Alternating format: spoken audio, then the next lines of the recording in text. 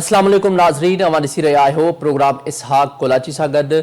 नाज़रीन, Iran Israel America विच में जेका हींअर जंग हलंदड़ आहे उहा जंग हिन महल ताईं जारी आहे ऐं तेहरान में बमबारी पिणु जारी आहे। ईरान इसराइल अमेरिका विच में जेका इहा कंफ्लिक्ट आहे, आलमी जेको मंज़रनामो आहे उहो पंहिंजे साम्हूं आहे ऐं एक्सपेक्टेड आहे। जेके तमामु घणा जेके एनालिस्ट आहिनि उहे बि इहा दावा कनि पिया त हीअ जंग जेका आहे उहा तमामु घणी डिघे अरसे ताईं बि हली सघे थी ऐं टी वॾी आलमी जंग बि थी सघे थी। इन ॻाल्हि जी तस्दीक न सिर्फ़ एनालिस्ट पर रूस बि चवंदो रहे थो। ख़ासि तौर ते डोनाल्ड ट्रंप अमरीकी सदर सां ऐं रूसी सदर प्यूटन जी फ़ोन ते टेलीफोनिक राब्तो बि थियो आहे ऐं रूस पारां बि मशवरो ॾिनो वियो आहे त हिन जंग खे रोकियो वञे, छाकाणि त हिन जंग जा जेके असर आहिनि उहे समूरे ख़िते ताईं पहुचनि था ऐं इन जंग जो जेको इम्पैक्ट आहे उहो समूरी दुनिया में पहुचे थो। उनखां अलावा ॿिए तरफ़ अमरीकी सदर डोनाल्ड ट्रंप पाण बारहा जेको आहे इशारा ॾिए पियो त हाणे असांजी कामयाबी आहे, असां ईरान जी जेका जंग आहे उनमें मुकमल तौर ते सरसी हासिल करे वरिती आहे ऐं हाणे जेका आहे जंग कंहिं वक़्तु बि ख़तमु थी सघे थी। इन मां इहो हिकिड़ो पॉज़िटिव साइन आहे त ट्रंप बार बार जेको इशारो ॾिए पियो प्रैक्टिकली तौर ते का पॉज़िटिव रिज़ल्ट निकिरी सघे थो जंग खे सीज़ फायर जे हवाले सां। ॿिए तरफ़ ईरान जेको आहे उहो बि ॻाल्हियुनि जे हवाले सां कंहिं बि ॻाल्हि खे मञण जे लाइ तयारु न आहे ऐं उन इहा बि ॻाल्हि कई आहे त अमरीका या इसराइल जंग उन्हनि शुरू कई, ख़तमु जेका आहे उहा असां कंदासीं, असांजी मर्ज़ी ते जंग ख़तमु थींदी, ईअं जंग ख़तमु न कंदासीं। उनखां अलावा ईरान जो जेको सुप्रीम लीडर हुयो आयतुल्ला ख़ामनई साहब जी जॾहिं शहादत थी उनखां पोइ मुज्तबा ख़ामनई जेका उनजा फर्ज़ंद हुया उहे सुप्रीम लीडर तौरु उन्हनि जी चूंड थी ऐं उन्हनि जी चूंड थियण खां पोइ तेहरान में इसराइल ऐं अमेरिका जी तमामु घणी बमबारी कई पई वञे ऐं ज़ाहिर आहे इहा सॼी सूरत हाल ते पाण ॻाल्हि ॿोल कंदासीं। पर इन खां अलावा में वॾो अहम सुवाल इहो पैदा थिए थो जॾहिं ईरान इसराइल अमेरिका जी जंग न हुई उनखां पहिरियां जेका फ़लस्तीन में जेको क़त्लो गार जो सिलसिलो हो उहो बि हलंदड़ हुयो, पर जॾहिं ईरान इसराइल अमेरिका जी जेका जंग शुरू थी उनखां पोइ आलमी जेको ध्यानु आहे उहो हटी वियो। फ़लस्तीन में हिन महीने रमज़ान जे महीने में ख़ासि तौर ते रिसेंट 20 लख माण्हू जेके आहिनि, 20 लख फ़लस्तीनी उहे इमदाद लाइ परेशान आहिनि, इमदाद खां महरूम आहिनि, छाकाणि त ईरान इसराइल जी जंग आहे त उनमें फ़लस्तीन जी जेके माण्हू मदद कनि पिया या जंहिं आलमी जेको ध्यानु हुयो उहो फ़लस्तीन ॾांहुं हुयो उहो हाणे आलमी ध्यानु हटी वियो। हाणे उहो सॼी सूरत हाल ईरान इसराइल ऐं अमेरिका विच में बीठी आहे। उनखां अलावा जेका ईरान इसराइल जंग आहे उन जंग जे तनाज़ुर में पाकिस्तान में बि तमामु घणो इम्पैक्ट पइजे थो, छाकाणि त पाकिस्तान ते मुआशी तौर ते बि इम्पैक्ट पवंदो। जहिड़े तरीक़े सां पाण कुझु ॾींहं पहिरियां ॾिठो त पेट्रोल ऐं डीज़ल में महांगाई कई वई। उनखां अलावा न सिर्फ़ु इहो बल्कि पॉलिटिकल बि वॾो इम्पैक्ट पइजे थो, छाकाणि त पाकिस्तान जो अमेरिका बि इलाही आहे, ईरान बि इलाही आहे, जेके गल्फ कंट्रीज़ आहिनि, मुस्लिम कंट्रीज़ आहिनि इंक्लूडिंग सऊदी अरब, उन्हनि सां पाकिस्तान जो डिफेंस मुआहिदो बि आहे ऐं उन्हनि सां हिकिड़ो बिरादराणो तालुक़ आहे। उन सॼी सूरत हाल ते ॻाल्हि ॿोल कंदासीं त पाकिस्तान ज़ाहिर आहे हींअर बैलेंसिंग सिचुएशन में आहे, पाकिस्तान कहिड़े तरीक़े सां बैलेंस रखी सघे थो ऐं ख़ासि तौर ते जेका ईरान इसराइल अमेरिका जी जेका जंग आहे उहा केतिरी देरि ताईं जारी रखी सघे थी ऐं कॾहिं उहा सीज़ फायर थींदी, जंगबंदी कॾहिं थींदी। उनखां अलावा ॿिए तरफ़ पाण इहा बि ॻाल्हि ॿोल कंदासीं त जेका हीअ सॼी सूरत हाल आहे ख़ासि तौर ते अमेरिका पारां इहा दावा कई पई वञे त ईरान जी जेका नेवी आहे उहा ख़तमु थी चुकी आहे। जेकॾहिं ईरान जी नेवी ख़तमु थी चुकी आहे ऐं ईरान जी एयर जेका आहे एयर पावर उहा बि एतिरी स्ट्रॉन्ग न आहे त पोइ ईरान केतिरी देरि ताईं मुज़ाहिमत जारी रखे सघे थो, इन सॼे मामले ते पाण ॻाल्हि ॿोल कंदासीं। पाण खे प्रोग्राम में जॉइन कयो आहे ज़फ़रुल्ला शेख साहब, अॻोणा सफ़ीर बि आहिनि, उन सां गॾोगॾु इंटरनेशनल एक्सपर्ट्स आहिनि, पाण सां डिफरेंट प्रोग्राम्स में एनालिसिस ॾींदा रहनि था। Thank you so much Zafarullah Sheikh साहब फॉर जॉइनिंग माय शो। महिरबानी, अस्सलाम वालेकुम। वालेकुम सलाम। ज़फ़रुल्ला साहब, सभ खां पहिरियां मां खां सवाल इहो कंदुसि त डॉक्टर मलिहा लोधी साहिबा एक्स एम्बेसडर फॉर यूएस उन्हनि हिकिड़ो आर्टिकल लिखियो आहे ट्रम्प्स रेकलेस गम्बेट, उनमें उन्हनि अहम ॻाल्हि इहा कई आहे त जेका ट्रम्प साहब जी ख़्वाहिश हुई उहो चाहे पियो त ईरान में रिजीम चेंज थिए ऐं ईरान जी जेका हुकूमत जी तब्दीली आहे उहा थिए, उहा उन्हनि जी जेका ख़्वाहिश आहे उहा पूरी न थी। उनखां पोइ ट्रम्प साहब जेको मज़हब कार्ड खेॾे पियो, उन मज़हब कार्ड में ट्रम्प जेको आहे हाणे पहिरियां जेका शुरूआति कई न्यूक्लियर पावर्स ते अटैक जी ॻाल्हि कई, पहिरियां 4-5 ॻाल्हियूं ॿियूं कयूं, पर हाणे वरी उन्हनि मज़हब कार्ड खेॾणु शुरू करे वरितो आहे। जीअं अवां ॾिठो हूंदो रिसेंट हिकिड़ो उन्हनि जो फोटो बि वायरल आहे जंहिंमें पादरी बिरादरी मुख़्तलिफ़ जेके मज़हबी जेके बिरादरियूं आहिनि उहे उते उनखे दुआऊं ॾियनि पियूं। उनखां अलावा उन्हनि इहा बि ॻाल्हि कई आहे त ईरान ऐं अफ़गानिस्तान में हुकूमत किराइण जो सबक़ु जेको आहे अमेरिका नाहे सिखियो, अमेरिका खे उन वटि सबक़ु सिखणु खपे हा। ऐं उनखां अलावा पूरी दुनिया जेका आहे हींअर ईरान में जेकॾहिं का वरी जंग वधे थी जहिड़े तरीक़े सां इराक ऐं अफ़गानिस्तान में अमेरिका खे सबक़ु मिलियो अहिड़े तरीक़े सां ई वरी ईरान में बि सबक़ु मिली सघे थो, पर ईरान जी जेका जंग आहे उहा समूरी दुनिया खे उनजी रक़म अदा करणी पवंदी, इन जो इम्पैक्ट सॼी दुनिया ते पवंदो। अवां इन आर्टिकल सां इन सॼी सूरत हाल सां इतफ़ाक़ कयो था?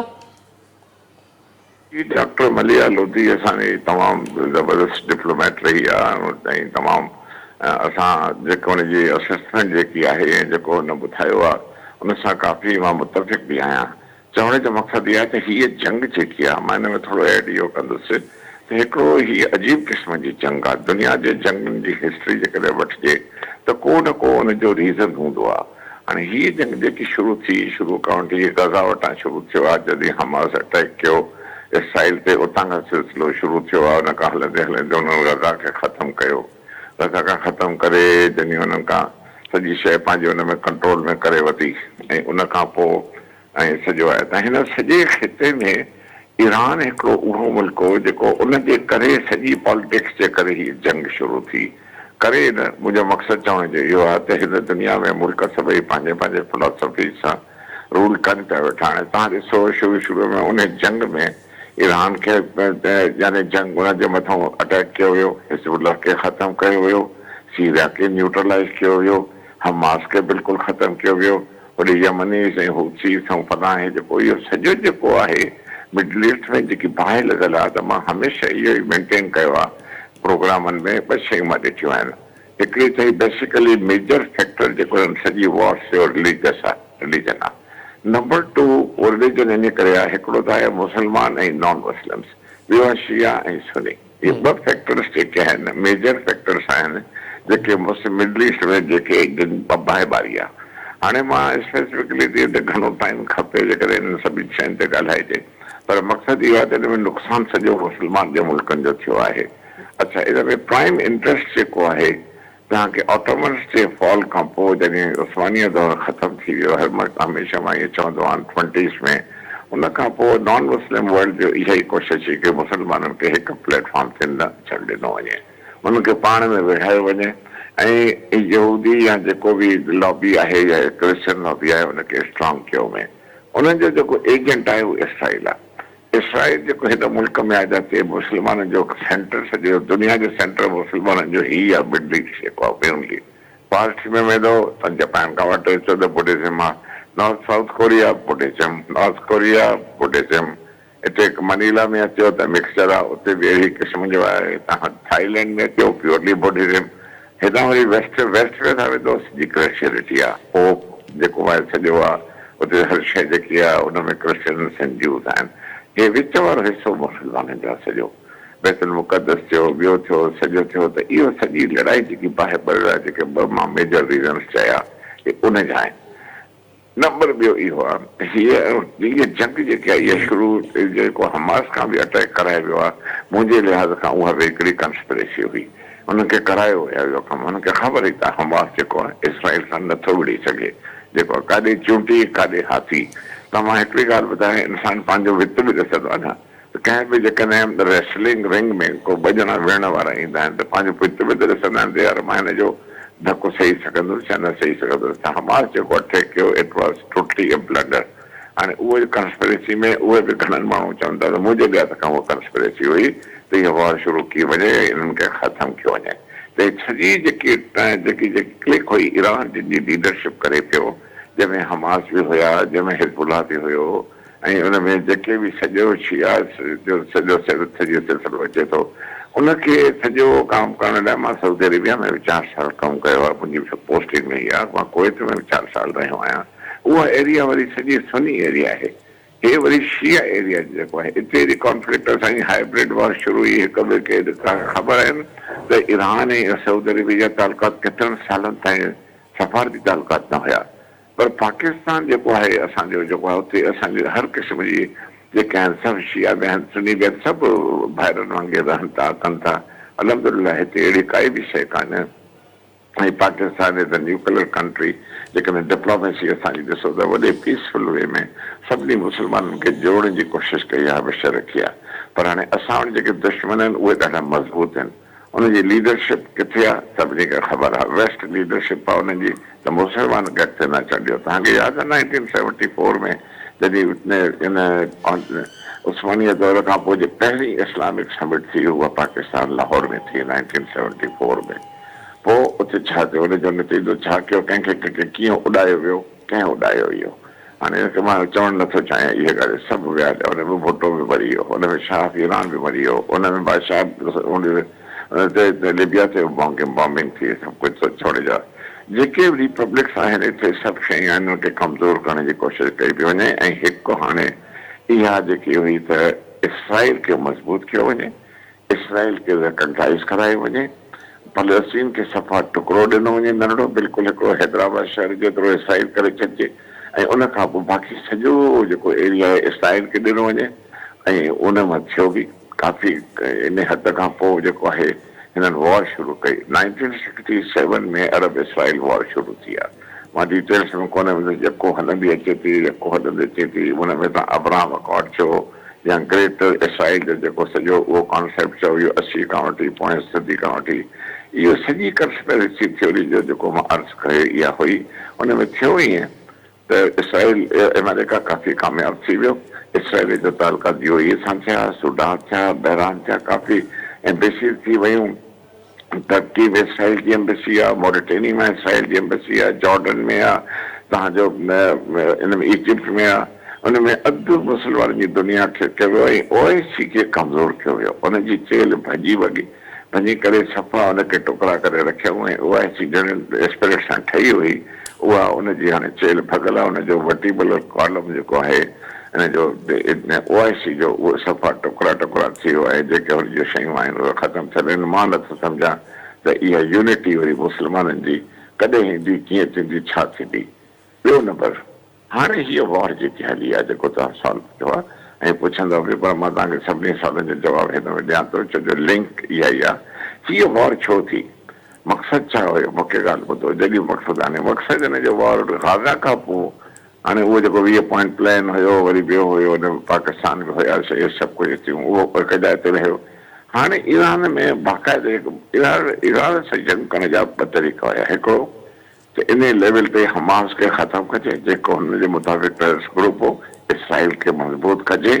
उन खां पोइ जेके ईरान जे इंफ्लुएंस एरियानि आहिनि उनखे ख़तमु कयो वञे। ऐं उन खां पोइ गल्फ स्टेट में, गल्फ कंट्रीज़ में जेके मार्केट्स आहिनि उनखे कैप्चर कयो वञे। ऐं जेके इसराइल ते इन ते जेके ईरान ते सैंक्शन्स आहिनि, ॿियूं जेके आहिनि, जेको कॾहिं बि अमेरिका जो दोस्त न रहियो आहे, उनखे ख़ासि करके कोशिशि करके मारियो वञे। अहिड़ी तरह 87 में हिकिड़ी जंग थी, इराक ईरान वॉर जी 8 साल जी खेली, जंहिंमें काफ़ी अमेरिकन्स जेको आहे रेजोल्यूशन बि पास करायो, सिक्योरिटी काउंसिल खां अटैक कयनि त वेपन्स ऑफ मास डिस्ट्रक्शन आहिनि कूड़ ते। उन खां पोइ कुझु न निकितो उते चवण जो, पर ईरान ख़तमु न थियो। ईरान वॾो मुल्क आहे, ईरान स्ट्रांग मुल्क आहे। ऐं ईरान खे डायरेक्ट इनडायरेक्ट चाइना, रशिया जी ऐं ॿियनि जी एंटी अमेरिका जेके अमेरिका जा न आहिनि दोस्त, उहे ईरान जा दोस्त आहिनि। हाणे इहा बाइपोलर वर्ल्ड। हाणे चवण जो मक़सदु आहे, हिननि चयो त ईरान ते अटैक कयो, बाक़ी जेको थोरो घणो आहे उन में 2 इश्यूज़ हुया। हिकिड़ो इश्यू उहो हुयो जेको आहे त एनरिचमेंट यूरेनियम जी न थिए, नंबर 1 न्यूक्लियर। ॿियो हुजे त ईरान जी रिजीम चेंज कयो। ॿिन्ही में अमेरिका फेल वियो। हाणे अमेरिकन जी सोसाइटी, थिंक टैंक सभु ट्रम्प खां पुछनि था त बाबा थोरी लड़ाई जो कई ईरान ते। हाणे जेकी लड़ाई तो कई आहे, जेको सॼी दुनिया खे वेल में विझी छॾियो आहे, त तूं छो कयो आहे इहो? हिन जो मक़सदु छा आहे? जंग माण्हू तॾहिं विढ़ंदो आहे जॾहिं को पर्पस हूंदो आहे। अच्छा सर, इन सां अगर रिलेट कयूं त मां वॾी अहम ॻाल्हि कई, ख़ासि तौर ते तमामु घणी इहा बि कुझु इंकशाफ पंहिंजे साम्हूं अचनि पिया त ट्रम्प साहब जेको आहे नेतन्याहू जे हथां, इज़राइल जे हथां ब्लैकमेल थिए पियो, छाकाणि त उन्हनि जी हिकिड़ी एप्स्टाइन फाइल आहे जंहिंमें इंकशाफ थियो आहे त ट्रम्प साहब जेके आहिनि उहे कंहिं ज़्यादती केसिस में मुलविस आहे। त उन करे उनखे इज़राइली एजेंसी जेका आहे उहा बार बार ब्लैकमेल करे पई। जेकॾहिं अमेरिका इसराइल सां उन्हनि जे चवण ते ईरान ते अटैक नथो करे या उन्हनि सां गॾु वार में शामिल नथो थिए त हू ट्रंप साहब जी जेके इहे जेके इंकशाफ आहिनि उहे वायरल कंदा। इन ॻाल्हि जे करे ट्रंप साहब जेको आहे उन्हनि जे हथां नेतन्याहू जे हथां इज़राइली एजेंसी जे हथां ब्लैकमेल थिए पियो। अवां सम्झो पिया का अहिड़ी डेवलपमेंट आहे या वाकई इहा ॻाल्हि हक़ीक़त आहे? साईं कोलाची साहब, मां माफ़ी थो घुरां, I beg two disagree with U 100%। कोई भी इसराइल अमेरिका के ब्लैकमेल कंदो? इसराइल तो उनजी कॉलोनी आहे बाबा। इसराइल तो अमेरिकन कॉलोनी आहे। सॼो माल मसालो उन्हनि खे अमेरिकन जो ॾिनल आहे। ऐं एसपीएन वारो जेके इहे सॼा फाइल्स वग़ैरह आहिनि, इहा त इहो माल मसालो जेको आहे सॼो आहे क्लिंटन स्थल आहे। इहा किथे न हलंदो आहे। इहो त नंढड़ी ॻाल्हि आहे तमामु ॾाढी। ट्रंप छा कंदो आहे? ट्रंप त हाणे वेड़े क़िस्म जूं केरु हरकतूं न कंदो आहे। इहा नंढी शइ आहे तमामु ॾाढी। हिन में कोई फ़र्क़ु बड़े मीडिया उछालींदी आहे हुनखे त हे थी विया ऐं इसराइल स्ट्रांग आहे। इसराइल कुझु बि न आहे। इसराइल हुनजो हिकिड़ो हिसो आहे। ईअं सम्झो त अमेरिका जी हिकिड़ी स्टेट आहे। जीअं मां अर्ज़ु कयो जेको आहे मुंहिंजो ख़्यालु इहो आहे। जो बाक़ी हाणे ॿी जेकी हाणे तनक़ीद इसराइल ब्लैकमेलिंग, इसराइल खे ताक़त आहे जो ब्लैकमेल करे अमेरिका खे सवाल ई पैदा नथो थिए। जे ईअं ॻाल्हि न आहे। इसराइल बेसिकली हिकिड़ो उहा मिनी अमेरिका आहे जेकी जीअं मां अर्ज़ु कयो जेको पर्पज़ हिन जो इहो हुयो त हिते सॼी एरिया खे कंट्रोल में कजे, पॉलिटिकली ऐं मिलिटरीली ॿई जेको आहे। त हाणे अमेरिका जो त कोई मक़सदु पूरो न थियो, न रिजीम चेंज थी, न न्यूक्लियर जो ॿियो थियो। ईरान को नंढिड़ो मुल्क न आहे, मुस्लमान मुल्क आहे जेको बि आहे। ठीकु आहे, कई शयूं आहिनि जेके कई मुल्क डिसएग्री बि कंदा आहिनि इन्हनि शयुनि सां जेके आहिनि। काफ़ी आहिनि। हाणे जापान आहे, मां मिसाल कर जापान में मां 70 साल मुंहिंजी पोस्टिंग रही आहे। सेकेंड वर्ल्ड वॉर खां पोइ जॾहिं एटॉमिक हैरी ट्रूमैन जो दौरु हो, उन वक़्तु अमेरिकन प्रेसिडेंट हुयो ऐं ट्रूमैन डॉक्ट्रिन जी शायदि तव्हांखे ख़बर बि हूंदी। त चवण जो मक़सदु आहे जॾहिं नागा हुन ते हिरोशिमा ते हुनखे बम हुन ते ॿ हया हुआ 1945 में 6 में, त पोइ जैपनीज़ छा कयो? जैपनीज़ त दुनिया ते बिल्कुलु विक्टोरियस हुया, सॼा वॉरियर्स हुया जेके हुया। त मां जॾहिं उते वियो त मां त 70s में वियो हुउसि। हाणे उते जेको जॾहिं वॉर लॻी त पोइ जैपनीज़ छा कयो? इंस्ट्रूमेंट ऑफ सरेंडर साइन थियो। फिर एम्परर हिरोहितो बाक़ाइदा चयो बाबा हाणे असां विड़ी न सघंदासीं, मरी वियाऊं, असांजी जेल भॼी पई आहे, असां we are not warriors now. त ख़तमु थी वई। जॾहिं उहो ख़तमु थी इंस्ट्रूमेंट ऑफ सरेंडर में कार्थर उन्हनि खे कॉन्स्टिट्यूशन ॾिनी आहे, हिस्ट्री आहे। अॼु ताईं हुननि खे पंहिंजी रेगुलर आर्मी कोन्हे। ऐं पोइ जैपनीज़ छा सोचियो? जैपनीज़ इहो सोचियो त असांजो उॾामी वञूं नक्शे तां या असांजो नुक़सानु थी वञे, छो न असां जापान खे वधीक ठाहियूं। हुननि चयो ठीकु आहे सरेंडर आहे, ठीकु आहे साइन था कयो, हलो ठीकु आहे। सरेंडर में चाहे काॾे वेंदासीं असां, ठीकु आहे कयो सरेंडर। छाजो सरेंडर आहे? हलो बाबा रखो तव्हां अचो। अच्छा शेख साहब, उनखां अलावा हींअर ज़ाहिरा सुप्रीम लीडर आयतुल्ला खामनाई साहब जी डेथ खां पोइ, शहादत खां पोइ मुज्तबा खामनाई जेको आहे उहो सुप्रीम लीडर तौरु मुक़ररु कयो वियो आहे। ऐं ज़ाहिरा आयतुल्ला खामनाई साहब जी जेका पॉलिसी हुई उहा ज़ाहिरा हिकिड़ी चैलेंजिंग पॉलिसी हुई, ख़ासि तौर ते अमेरिका ऐं इज़राइल जे लाइ। ऐं उन पॉलिसी जे करे उनखे निशानो बणायो वियो। ऐं उन जेका हिकिड़ी किताब लिखी आहे अलामा इक़बाल साहब ते, उनजी जेका पॉलिसी हुई ज़ाहिरा उहा anti America anti Israel policy हुई ऐं उनजी पॉलिसी जे करे उनखे निशानो बणायो वियो। पर हींअर मुज्तबा खामनाई साहब खे चूंडियो वियो आहे सुप्रीम लीडर तौरु। अवां सम्झो पिया त जेको मुज्तबा खामनाई साहब आहे उहो जंगबंदी तरफ़ वेंदो या उनजी जेका पॉलिसी, उनजे वालिद साहब जी जेका पॉलिसी हुई उहा ओड़ी पॉलिसी, स्ट्रिक्ट पॉलिसी रखंदो? उहो ई रखंदो न। ॾिसो तव्हां ईरानी क़ौम खे तव्हां ॾिसो, ईरानी क़ौम जेके जेको वॾो शहीद खोमनाई 1979 में एक्साइल खां आयो, 1989 में हू प्रेसिडेंट रहियो।